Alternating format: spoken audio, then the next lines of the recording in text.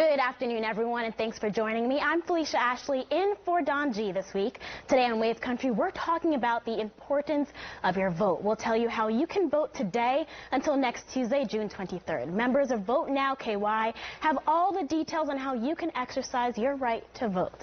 We'll also discuss the newly published book, Caterpillars Can't Talk. It's a children's story about love, loss, and transformation. It was written 40 years ago to comfort people of all ages who are grieving the loss of a loved one. And of course, Brian Good also has the forecast, but first we're going to take a look at today's headlines.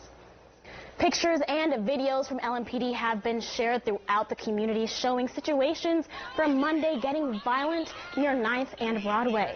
But just a few blocks away, there was a peaceful mother-daughter march and performance happening in Jefferson Park. Protesters in the park say that they have been trying to keep their actions positive from the start. They say their protests have been totally different from the riots we've seen. They've even been offering job networking, political science lessons, yoga sessions, COVID-19 testing, and voting registration during their downtown events.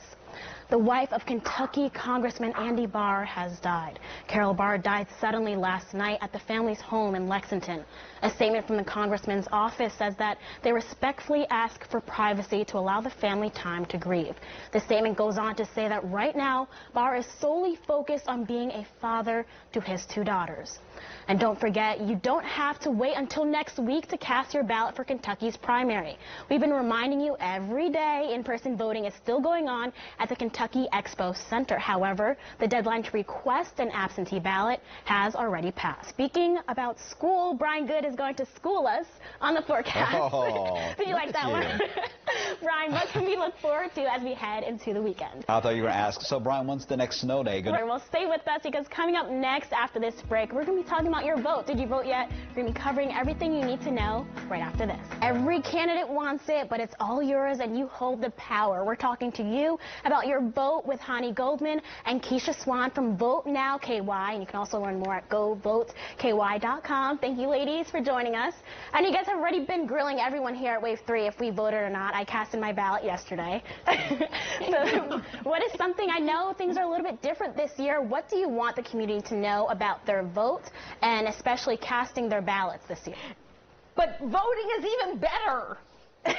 We have Hani's message there, and Keisha, I know you work heavily with social media, and I would imagine with things changing now, social media has played a huge role, not just in getting millennials to vote, but people of all ages, and especially to get the word out. So how have you been using not just social media, but what role is social media using, in these days to improve the voting numbers out there? What would you want to share or tell those voters who think, they're just a little person and their vote isn't going to have weight in the game? Definitely do. You leaned in, so we knew you were serious. When you said you leaned in, I'm going to say my motto. And I know something that's also serious is that learning about candidates. You mentioned, Hani, looking at sometimes people who maybe don't agree with and who they're voting for and people you do agree with and who they are voting for.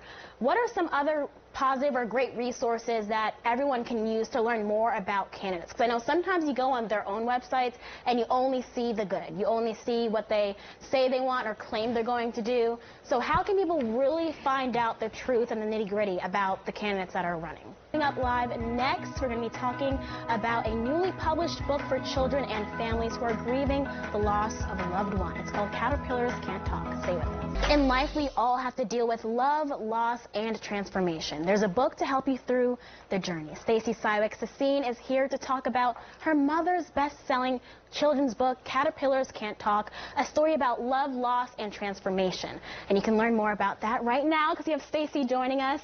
Stacey, I love not just that this book is about transformation and a journey, but this book itself has a journey. It was published 40 years after it was written and 30 years after your mom passed.